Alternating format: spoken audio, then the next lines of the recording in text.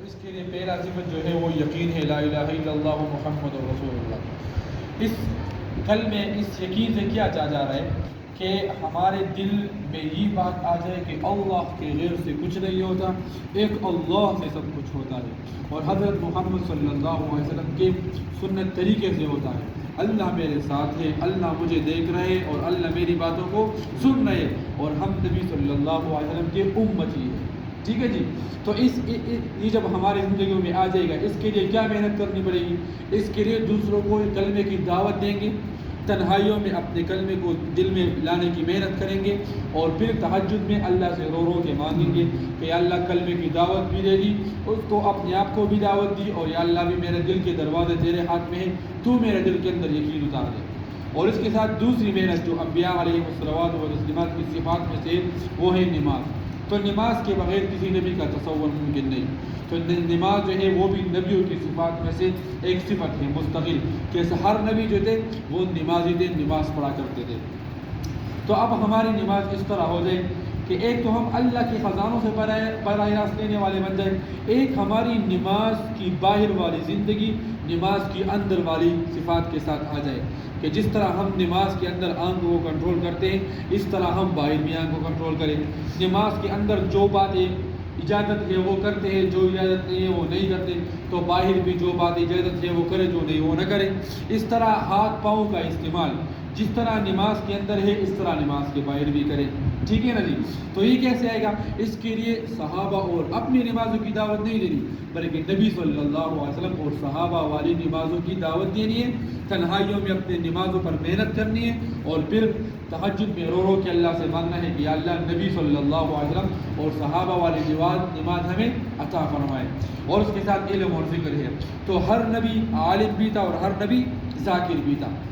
تو یہ کہتے ہیں کہ بھئی ہم بھی علم والے اور ذکر والے بن جائیں، تو اتنا علم کہ انسان پہ فرض ہے کہ وہ جہاں اور جس وقت زندگی گزارتا ہے، جس جگہ میں ہے اور جس وقت میں ہے، اس جگہ اور اس وقت اور اس کام کے بارے میں اس کو اللہ اور رسول کی ہدایت معلوم ہو، اس کو علم کہتے ہیں۔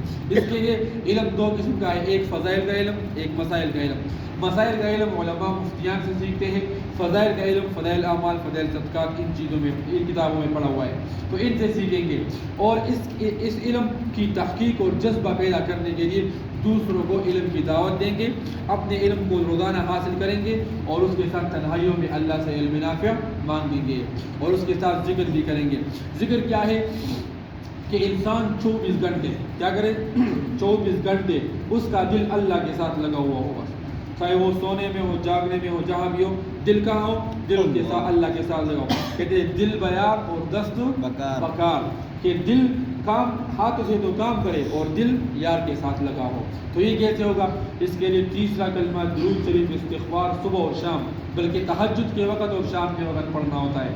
ٹھیک ہے، اور تو پھر اس ذکر کی دعوت دیں گے، ساتھ مصنون دعائیں بھی یاد کریں گے، قرآن کی تلاوت کریں گے، اور دعاؤں کا اہتمام، تو یہ اللہ سے مانگیں گے، اس کی دعوت بھی دیں گے، اور تنہائیوں میں اس کو لانے کی کوشش کریں گے۔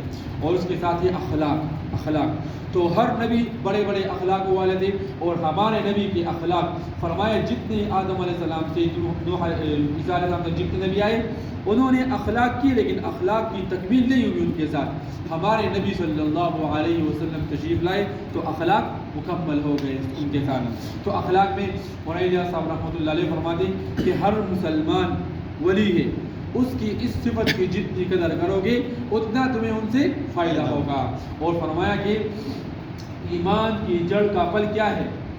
ایمان کی جڑ کا پل کیا ہے؟ شکستہ دلوں کو جوڑنا، مقروضوں کے قرض ادا کرنا اور معاف کرنا، یہ ہے ایمان کی جڑ کا پل۔ تو انشاءاللہ اس کی کوشش کریں گے، اور اس کی دعوت دیں گے۔ اخلاق کی کیا کریں گے؟ اخلاق کی دعوت دیں گے، اور پھر اور اخلاق کب سیکھے جاتے ہیں؟ اخلاق کسی کے جاتے ہیں؟ اخلاق بد اخلاقی کے وقت میں سیکھے جاتے ہیں۔ اور پھر اس کے بعد کیا ہے کہ اپنی ناگواریوں پر، جتنے ناگواری ہم پہ آتی ہے، چاہے وہ اللہ کی طرف سے ہو، چاہے وہ بندوں کی طرف سے ہو، یا چاہے انسان کے اپنے جسم پر آ جائے، تو اس پہ صبر کرنا ہے۔ اور ایک حدیث شریف کا مفہوم مجھے یاد آ گیا بہت عرصے کے بعد، وہ یہ کہ قیامت کے دن جب قبریں پھٹ جائیں گی تو کچھ لوگوں کو قبر کے اندر پر لگ جائیں گے، اور وہ قبروں سے اڑ کے جنت کی طرف جائیں گے. جب جنت کے دروازے پر کھڑے ہوں گے تو فرشتے کہیں گے تم نے تو صراط پار نہیں کیا, تم نے تو حساب کتاب دیا نہیں, تمہیں تو عمل نامے ملے نہیں, تو تم جنت میں کیسے آ گئے؟ تو وہ کہیں گے کہ ہمارے اندر دنیا میں 2 کام تھے جس کی وجہ سے ہم نہ پولیس راست سے گزرے, نہ حساب کتاب نہ عمل نامہ. وہ فرشتے پوچھیں گے کیا ہے وہ عمل؟ کہتے ایک تو ہم اپنی ناگواریوں پر صبر کرتے تھے اور ایک تنہائیوں کی گناہوں سے بچتے تھے. تو وہ فرشتے کہیں گے جاؤ تمہیں کون پوچھ سکتا ہے, اور وہ بغیر حساب کتاب کے جنت میں چلے جائیں گے. اچھا, تو ان اخلاق کی دعوت بھی دینی, خود بھی سیکھنا اور دعاؤں میں مانگنا ہے کہ اللہ ہمیں نبی صلی اللہ علیہ وسلم والے اخلاق دے دیں.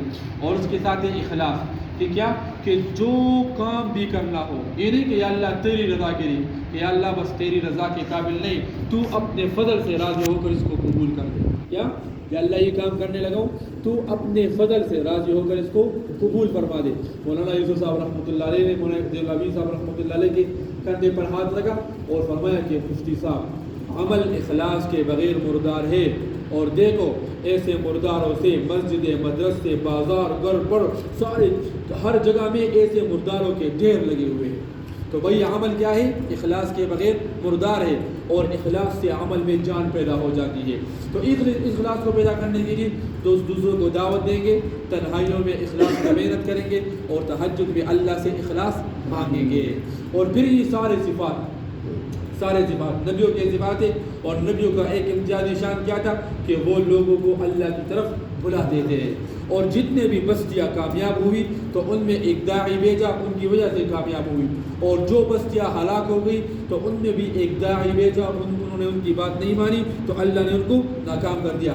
وما كنا معذبین حتى نبعث رسولا, کہ اس وقت تک ہم کسی کافر کو, کسی برے لوگوں کو سزا نہیں دیتے جب تک ہم وہاں کسی داعی کو کسی پیش نہ دے اور دعوت نہ دے. تو بھائی دوستو یہ 6 صفات کیا ہے؟ یہ نبیوں والے صفات ہیں. یہ اللہ کے راستے میں اس سے نکلتے کہ یہ نبیوں والے صفات ہم میں پیدا ہو جائے, اور پھر ہم ساری دنیا میں اس کو پھیلائیں گے.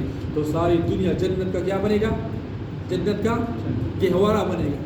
تو اس کے لیے میں آیا ہوں, انشاءاللہ سال کے لیے نکلا ہوں, اور انشاءاللہ اس کے بعد ایک عربستان میں 1 سال اللہ کے دین اور اس کی صفات کو پھیلائیں گے, اور پھر اس کے بعد ایک کفرستان میں, اور پھر مشرق مغرب جنوب شمال ساری دنیا میں انشاءاللہ سارے دن کو لے کے پھیلائیں گے. اور جہاں کہیں زندگی کی شام ہو گئی تو مٹی کی چادر لیٹ کے سو جائیں گے. تو کس کی نیت ہے انشاءاللہ؟